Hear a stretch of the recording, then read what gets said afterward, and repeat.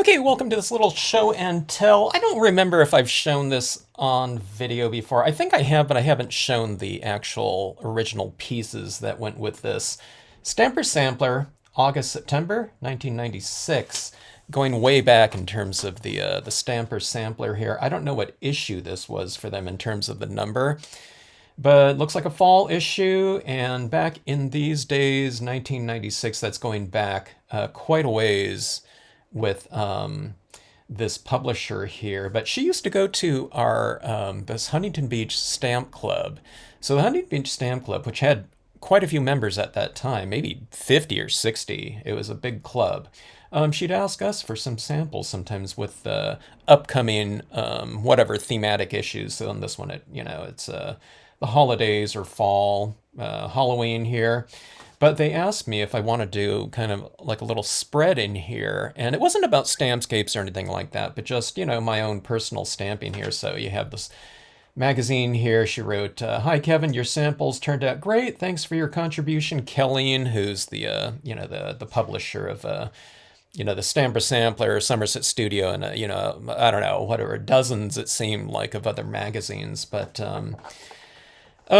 really great magazine in general that came out back then. You had Rubber Stamp Madness, but then this one was just all based on, colored samples like this. So it was really fantastic. I think at the time, Rubber Stamp Madness might have just been all black and white, if I'm not mistaken. There might have been a couple interior spreads with color on it, but for the most part, that magazine was black and white. So early on, I don't know if it's different these days, but I think this is all ad free, and it's just the price was strictly based on the purchase of the magazine, not advertising. Okay. So anyways, you have this guest artist right here, and I came up with these different scenes right here. I really liked how they kind of arranged everything on here. There was this little kind of rope or something that was going through here, which wasn't digitally added back then. It was some guy lining these up. And I think she had a photographer that she used, but put all the cool tone scenes over here and the warm tone scenes over here. But if you notice, there's all these kind of funky little things going on in these scenes. Here's my little Edward Gorey creature right here. So all of the same, traditional, I guess, scenic stamping types of looks that I was doing. Glossy cardstock with dye-based inks, but I would just switch out, instead of like my cloud with moon stamp or something like that, I put this Gumbo Graphics, sun with that face on there, just to give it a little bit of a different feel. This scene right here just uses all Stampscape stamps, but for the most part, I guess on this one right here, it's all Stampscapes, but all these other ones, I added in these other components from my own private collection of stamps. Okay, so let me show you some of these originals here. All right, so I really like these large angels from Marks of Distinction. They're all, this 19th century engravings, so super detailed and really well illustrated and rendered. I loved it. But here's what I started doing back then. So if you've seen any of my latest videos, or this one in particular right here, where I've used the compass to add these little, geometric types of elements. Here's this triangle in here and whatnot. This type of look started with this assignment by, Kelleen and the Stamper Sampler. So I started playing around with things a little bit more and adding these little elements in here with, a white paint pen at the time. Those pre-gel pens and everything like that. But I thought adding these graphic little elements like that was kind of fun, and it added kind of a different, I don't know, layering and dynamic to the pieces. So it was really kind of, I don't know, waking up this kind of new, kind of personal aesthetic in terms of, the things that I could do with my scenic stamping elements, okay? I mean, you can call this a scene still, but it's instead of I don't know, birds up in the sky like ducks or something like that, we have this angel, so it really changes it into more of a, an entirely different feel. All right, So just this little, oh, okay, so this is a different moon up here and this little I don't know, what do you call him? We call him a grouch or something like that, but this funny little man sitting on top of there.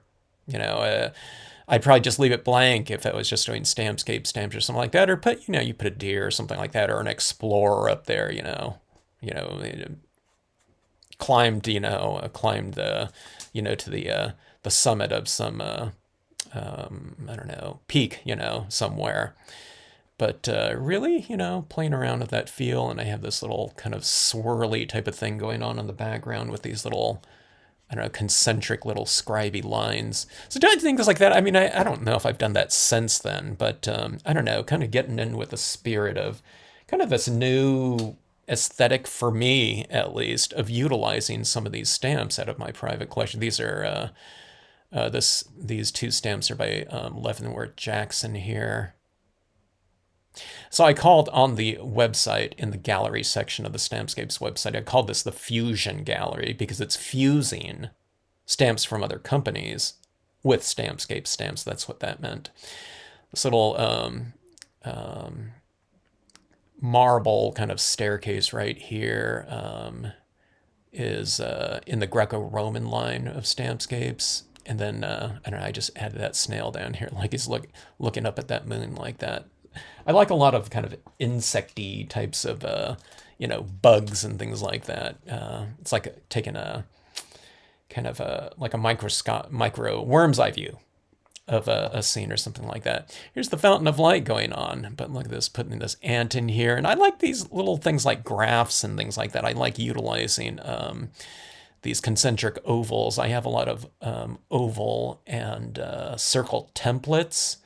So I used them on here, and things like compasses. So I don't know, I tried to make this look like a little dial of some sort and added in these little word types of things, like it's some sort of like a cartography type of situation. But I really matted these on some really heavy stock right here. Oh, by the way, that figures out of my Edward Gorey little set that I picked up years ago.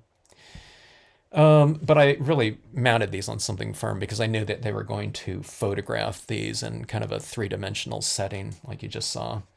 All right, so just a traditional little scene right here. Warm tone up there in the window, like someone's up in that mill. Okay, so I had this pyramid here. I think I bought it at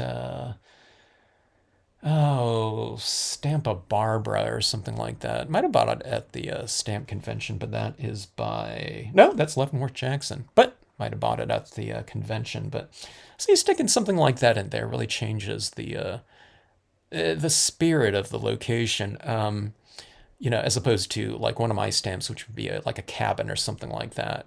You know what I mean? It becomes, maybe more exotic with this pyramid ruin or something like that in there. Cabin with fence, just all Stampscape stamps out here, but I really like this composition with the duller, the multi-toned impressions of these trees going back in the distance like that, creating space. Then I always like that little lady on horse down there. I've done this composition, quite a number of times over the years. Not any time like recently, but I used to do it every once in a while, especially like at conventions for demonstrations or little giveaways. Train right here. I think this was by Gumbo Graphics. They had a line, yeah, Gumbo Graphics. They had a line of stamps, and I remember there was this one really great customer of ours that really loved that train. But Gumbo Graphics had gone out of business, so I gave her that train there. She used to do a bunch of samples for Stampscapes, and I'd put them up in the gallery. But yeah, you can add these types of elements into your scenes. Any type of train goes really great with Stampscapes. And Stampscapes, they can take, it can be the main type of, whatever, star of a scene, but it also can play kind of a secondary role as background stamps for the main focal points in a scene like that. So that really dominates the scene, but I really liked it in this kind of nighttime situation. Now that I look at this, I think I would have added in some white pigment ink, like steam coming out of here. If I were to do it today, I'd, take a cotton ball and put a little steam around, these wheels down here. Not to obscure it too much, but just to get that little essence in there. I think that would look cool. All right, so just changing one little element in here from, a sun or something like that, a traditional sun. Could be a moon. Well, I guess with these warm tones it'd be a sun, but yeah, this something like sky figures with a face on it, it really becomes kind of a more whimsical looking, spirited end result. I haven't done this combination of tones in a long time, this warm tone up top in the sky and I guess these are warm tones down below, but just a completely different kind of color scheme. But it shares the yellow from top and bottom. These would have all been probably Marvy inks at the time. It doesn't say. But it might have been the Marvy pens. I'm not sure if I was using some of the ink pads at the time. It might have been. I'm not sure. All right, a little fun little guy like this, and this pedestal by Leavenworth Jackson. And oh, the totem is Ken Brown Stamps. I don't know where that little guy is. I have to go and check it out. But here's this lightning stamp. Usually I have it facing down, coming out of the sky like that. But you have this little creature like this, and you have the lightning going up like that, kind of like it's emanating from this source right here. You can see, again, I've mentioned this in the past, but you see a lot of the this leafless limbs large in my scenes like this in the these days. I used it a lot. Here's the larger one, the smaller one in the background, because you get a lot of spatial distance using that, and without covering up things that are going on in the background. I don't know, maybe I just talked about this recently. I couldn't find a Stamper Sampler example, but I don't know, unless I was showing something else. I might have been showing some other examples of some original pieces or promotional materials that we used to send out. But here, this is like this, really great looking, nighttime scene, but you throw in that little funky little thing like that, it really changes the spirit of this, whatever setting here. Lakeside Cove large, Palm Island in the background. You got these large palm fronds coming in. Cloud with moon large in the background, but funky little creature right there. So suddenly all of this type of stuff just becomes, the platform for this little, very, kind of attention-getting focal point right here. But anyways, all these little panels like this, I might put these up for auction. I just found these in my I don't know, whatever, my box of originals that, I come across every now and then, but I don't know. They're basically been in storage, which is kind of a good thing because they're all like as bright as they were the day that I stamped them out, But anyone ever gets this, if I put it up for auction eventually and people get this, I wouldn't put these ones like on display unless it was kind of in a darker hallway or something like that, without like super bright sunlight. And the inks would be fine like that. But, it's one of those things you can always take a photograph of these things and also print them out. And that, that ink's going to be good for a long time. But anyways, thanks for going through this little, sitting through this little show and tell with me. Really, some really fantastic times stamping this out and kind of doing different things on them for me. And it's like, mind expansion. It's, I can do this now with stamping or scenic stamping in general. And really, with some of these things, it's a really minimal type of thing, switching out one component. And it's like, this is what these scenes can also look like, and how my Stampscape stamps can be used, for a kind of a wider spectrum of kind of thematic tones, I guess you can say. All right, thanks so much for watching, and hope to see you on the next Stampscapes video.